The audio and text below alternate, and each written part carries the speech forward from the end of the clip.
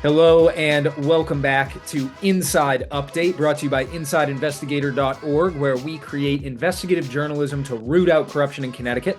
My name is Connor Dragotis. I'm the managing editor here, and today I have Mark E. Fitch, senior investigative reporter, to talk about a number of things. The first of which, let's just jump right in. It's called Drive Time.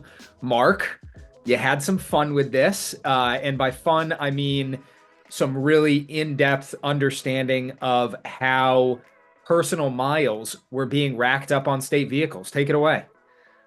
Yeah, well, this concerns a particular state vehicle, or at least two of them, that are used by the office of the governor. And basically, what we ended up with was a year and a half's worth of driving data because these cars are rigged up with electronic monitoring, GPS technology, and everything like that. So you know where they went, how fast they went there, how long they spent there, all this kind of stuff, and it's all right there. Um, and basically, based on the the driving records and everything, we traced the vehicle usage back to Johnny Dock, who is the governor's former chief of staff. He just got transferred to a policy advisory role, pretty much the same role he's been in since 2018 when he joined the governor's gubernatorial campaign. Um, but now he's a policy advisor, still getting paid a ton of money and living in Manhattan, which is probably good for the people of Connecticut because now he's not driving all over the place. But yeah, we basically followed all the trips back and forth to Doc's address in New Haven, and then later on his address in Hartford. And you can really kind of follow the bouncing ball on this. It's like, hey, it's Saturday, and we went grocery shopping, and then we stopped off at a restaurant, and then we hit, and I'm just kind of making this up on the fly, but like then we hit Xfinity Theater, on the same night that there's a Dave Matthews concert. All these different kind of things. We traced some of the trips to private residences of people he's known associates of, friends, former Yale colleagues, and everything like that. So when I reached out to the governor's office about this, they got back to us. They didn't deny it was Johnny Dock. I've spoken to some people who with insider knowledge, and you know he was the only guy without a car. He apparently was quite vocal about the fact that he didn't have a car, he didn't want a car, he doesn't need a car. Um, Back when he started, in a government role, I think there was an article about him taking the train, to Hartford and New Haven. Okay, fine. But he made very, very liberal use of the state vehicle, according to our records. And, you know, the governor's office, there's no identifying data as to who is driving the car. Uh, but if you follow the trips, it seems pretty obvious. It's someone Um, either living at his house or sleeping at his house, right? I mean, the car is being left within a couple blocks of his house night after night after night here. yeah, yeah, and and it also registers speed. And this came up. It's something that Lamont kind of waffled on a little bit, but at one point that car hit 113 miles an hour going from New London to Hartford. Twice it hit 102 miles per hour. Many times it was in the 90s. And driving over 85 in Connecticut, considered reckless driving, you can actually be arrested for that. And the state police are arresting people for it. So, um, it's an issue of concern. Lamont waffled a bit and said, hey, we don't know who was driving the car. There's 10 people in the office. And it's like, okay, so now any one of your people could have been, driving that car. It's kind of, throwing the blame on to potentially anybody in the office. But Well, a little bit uh, of diffusion of responsibility, which, mhm. I get it. It's hard if you can't knock down one specific person, maybe it's a little easier of a pill to swallow. But we're talking, I think from the article, almost 200 trips that appear personal in nature. So this isn't like hey, I had to do kind of one or the other. This is the exception. There's a lot of stuff going on here. And, to your point as well, if you're making more than $200,000, uh, you know, I'll throw this at you first, I guess, because we did get a few comments where people said, 2,300 miles, 200 trips. Like, what's the big deal? Why are you doing this? Is this corruption? And I'll say my opinion on this first, which is absolutely, it's stealing from the people who are paying for that car. I think, yeah, no, at the end of the day, we'll see what accountability actually looks like. The governor did say that there should be amends made for any personal trips there. But I don't think that any theft should be poo-pooed away, especially for those of us who are in the business of rooting out corruption professionally. I mean, this is one of a very clear-cut example of wrongdoing that needs to be called out when we can uncover it.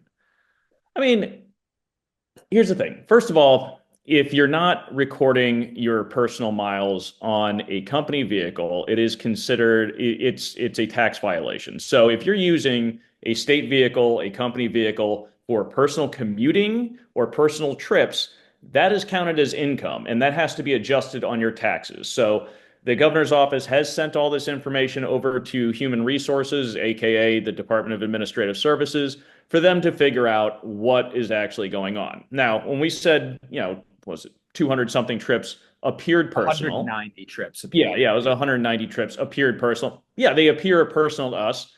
Johnny Doc's, job is 24/7 and involves making, I assume, house calls at some point. Um, and so that's going to have to all be worked out. That was us looking at it saying, all right, this looks like a personal trip. I mean, did he have to go to Home Depot for the people of Connecticut? I don't know. And as far as like this whole like, oh, is this really that bad? Are people getting killed? No. Clearly, we've reported on more dire and disturbing things in the past. We're reporting on them right now. But that doesn't mean that the person in the highest office in the state is immune from, you know, accountability. And this isn't hard stuff. I mean, let's be grown-ups about this. You are allowed a state vehicle to conduct state business, and you're using it to, and whoever it is using it to run around on personal trips. This speaks, it's not necessarily the dollars and cents that this is speaking to. It is speaking to a sense of entitlement that I think appears to be pervasive a lot of times in government. And I think that is what caused this story to get as big as it is and, rubbed people the wrong way. It is that sense of entitlement. It is the sense that somebody who has had all the privileges in life and is making well into the six figures is cutting corners in such a way that is just not, like maybe it's saving him a few bucks or whatever to use this state vehicle to get around, so he doesn't have to Uber or whatever. But, I think that, when people in the state are struggling, when the rest of us have to pay for our own cars and things like that, I think it speaks to a sense of, you know, you're essentially like this entitled class that is trying to get one over on everybody. And meanwhile, they have every advantage in the world. So I think that is what made the story take off so much. And, yeah, we've reported on some rough stuff in the past that have, also made big waves. But this is something a little different. This speaks about the relationship of government to its people and how that is reflected in little things, this sense that maybe you're not servants and maybe you're acting like the masters, right? For sure. And I'm glad you used the word entitlement because I did not mean to portray that as, hey, the vast majority of readers were asking, why the heck did you write about this? But, there were maybe three or four that I saw. There were dozens of instances where the word entitlement was used by readers in Mhm. comments, both on social media and on our website. And I really appreciated some of the back and forth. And, we're seeing this more and more as we grow and as more people are tuning into the stuff that we're putting out, where the conversations, let's be honest, social media, not a great place to have deep, meaningful conversations generally. No, of I course. have been impressed with some of the back and forth and people teasing out, hey, what does accountability look like in X, Y, or Z situation? Or what does justice look like? And even conversations about, how do you define corruption? Which is something that, we talk about this frequently. How, does a story fit with our mission? And when people are talking about the initiation of violence or diminishing of wealth by force or fraud, as happened in this case, you said, hey, no one was hurt. 113 miles an hour, though, this is against the backdrop. Lamont was asked about this this situation at a press conference about wrong way driving and unsafe driving conditions in the state. And I appreciated that he said, we need to be examples as custodians of state resources. I'm paraphrasing there, obviously. Yeah. But I think that the context is really important to keep in mind. People are dying out there because of the way that people are driving. And it's, I think there's an article that we're putting out today about this.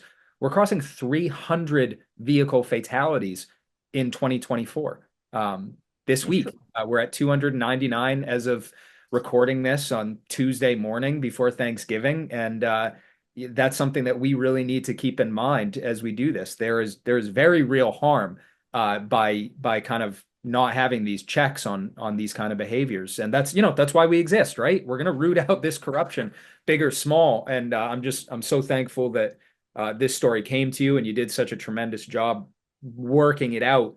And heck, we even got the data. We have the map there. So you can see, dear reader, listener, watcher, every single stop that these two state vehicles made. So put it together for yourself, where you think this is going.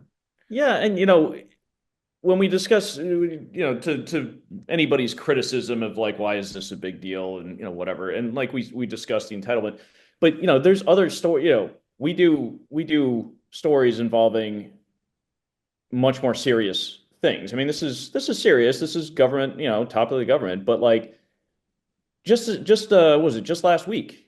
Our reporter Brandon Whiting came out with this story that just had me personally enraged. I think and I think I expressed Oh, that you're to talking you. about the CHMC stuff. Yes. Okay. Yeah, yeah, yeah. Please. Could you Yeah. elaborate on that a little bit? Absolutely. So our reporter Brandon Whiting published a story about the Connecticut Mental Health Center uh, on Friday, and this is remarkable. And I've talked about it before. I spent 12 years working inpatient psychiatric care, locked facilities, and I've never seen anything like this. The staff of the Connecticut Mental Health Center sent us an anonymous letter detailing some of the practices and things that are going on in that health center. I can't tell you how bad things have to be there for the staff to go that far with it. Okay. I mean, I've been in, hospital situations where the staff disagreed with some of the doctor's decisions, and that disagreement was handled administratively, discussions, things like that. Never did anybody think about sending out a letter to the media. And the things contained in that letter were disturbing. Uh, Allegations that the doctors were giving psychiatric patients in crisis pieces of glass to cut themselves with. I mean, that is absolutely insane. And, you know, it, maybe that wasn't the best choice of word, but like that is beyond the pale. Yeah. Uh, Well, let me in read that, this to contextualize this. So the quote from the letter is, quote, one of the more upsetting examples of this was when the doctors let a patient have shards of glass so they could cut themselves as part of their behavioral plan because the patient thought it was helpful. Just to contextualize the words that were, again, sent to us in this anonymous letter. Sorry to interrupt. no, no, no, and that is not okay. And the doctors, according to this letter, are citing their own research to justify what they are doing in this this mental health center. This mental health center, which is, partly run by our state, the Department of Mental Health and Addiction Services. So what are we seeing here? We're seeing doctors citing their own research to continue doing these odd therapies, these essentially on patients at this center, this state-run center. None of this sounds good. I mean, this sounds like a nightmare inside, and not just for the staff, for the patients who are, according to this letter, being denied medication, being left to like kind of suffer in their own illnesses, and then being given instruments by which to further harm themselves. Between that and the state vehicle usage, where are the adults in the room? Like, where are the adults? Let's grow up, folks. Okay. We have jobs to do. There's serious jobs to do. Let's take them seriously. This isn't a party. Okay. Especially at a psychiatric facility. You don't get to play around. You don't get to experiment. Those patients are there. Your job is to keep them safe. If you're not doing that, you need to be out. This should be a bigger story. This should be a bigger scandal. So that was published. Today's the 26th. Again, we're recording this before Thanksgiving, so we can make sure that everyone still gets it despite the holiday week. But that article came out on November 22nd, and I agree. I think there's a lot more to uncover here. We are in conversations with more people. There was more coming on this. We're talking about it tomorrow, right? How to parse through all of this information that's coming in the door now. And Well, and just to further yeah, contextualize this, I sure. mean, it was just a few years ago that we had the huge scandal at the Middletown facility Yep. where staff were essentially just torturing this patient, and that would have never come out if it weren't for a whistleblower, and the video getting out and everything like that would have never come out. And I think they had what, they fired like 28 people or something like that. It was a huge scandal. And here we have something slightly different, but not that different going on. But because it's under the purview of doctors, who are administering some kind of, you know, therapy, in their opinion, uh, it's not blowing up the way it should. And I think people need to pay attention to that. I think our state lawmakers need to pay attention to that, and I think that story needs to get out there. And I know that we're going to do the digging on it, but none of what was contained in that letter, which I said, like I said, sending a letter like that, highly unusual. Nothing contained in that letter was okay at all. Well, let me zoom out just a little bit here because we've talked about in the drive time piece, in this anonymous letter piece. Again, this is titled Connecticut Mental Health Center Staff Speaks Out in Anonymous Letter, published on November 22nd. Part of the reason that we do this show is to talk about some of the interesting situations that we come across in the world of journalism. Because, we are tasked with something very specific here. And I appreciate you talking about, the nature of digging, because we get a dozen tips a day, perhaps, around there. And each one of them needs to be vetted and screened. And, what eventually makes it into print. I know we get frustration from people who say, yeah, you didn't cover my story. You didn't do X, Y, or Z. And, I think it's important that we are taking the time to explore not just what the problems are, but, hey, what are we doing to take on what is the most egregious forms of corruption, that which is doing harm to people? How are we prioritizing this? Not just because we think it's important and it's nice to talk about, but because I think journalism as a vital public service deserves this kind of discourse. And, I think we also, part of this conversation today, right? It came from comments. It came from questions that readers submitted about, why are you doing X, Y, or Z? And we need to be accountable as well to the people who are reading our newspaper to make sure that we are being transparent and upfront in service to them. We don't do this work in a bubble, I guess is what I'm saying. I'll be very curious to see what else comes out of this. And of course, if you are listening to this on the radio as you're driving around Sunday morning, or you're catching this on podcast or YouTube, reach out to us if you know something. That's how this job happens. We need to have people. I am not in these systems. Our job is to, remain outside and be there to receive information, to be that, watchdog on corruption in the state of Connecticut. I don't want to completely stop this conversation. If you have more, I want to talk really briefly though. When we did in the last episode, we talked to Brandon about another article that he wrote, the investigation into Putnam Science Academy. And we talked about that before it came out.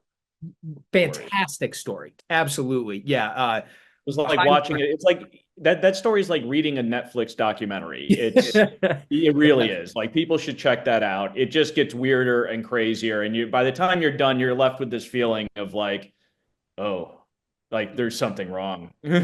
Yeah, that's another one where we have continued to get a lot more information even in the week or two since that came out. So we haven't seen the end of. Heck, Brandon's really building up a little portfolio here of stuff. Killing it. He's carving out a great area of way to help people root out corruption. All of that I was leading to is just, you have an investigation coming out this Sunday, and I think we should tease it. So it's the end of the holiday weekend.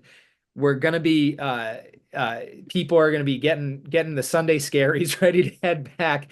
And I don't know. Let's talk some trash. What's going on in Middletown? Yeah, well, we're talking trash. All right. Well, I mean, thankfully, I didn't have to go dumpster diving for this one. Yeah, but there's a trash program in Middletown, and it only affects a portion of the people there, but the people who it affects don't seem very happy with it. And that's actually unusual, because I ended up tracking down this big push for this kind of new waste management program that the Department of Energy and Environmental Protection has been pushing, trying to get municipalities to sign on for.